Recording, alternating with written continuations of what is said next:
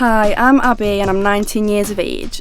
From birth, I've lived with a variety of different family members because my mum was unable to look after me due to her drug addiction, and my father suffers from lots of mental health problems, so therefore he couldn't look after us either.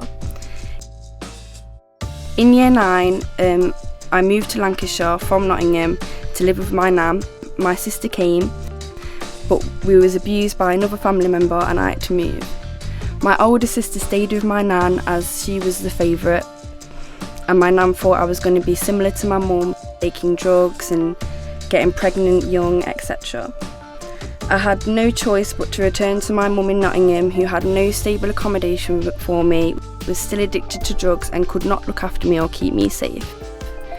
When she'd had an argument one night with my grandfather, he kicked us both out and we had no choice but to stay in 24-hour Tesco toilets and hide there from cleaning staff and other members of Tesco staff.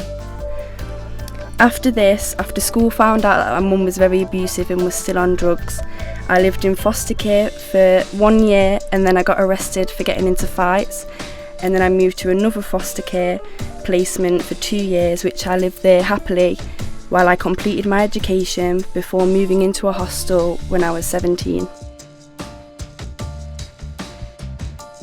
If I'd had a peer impacts session when I was in school, I probably wouldn't have had the traumatic moves that I had to.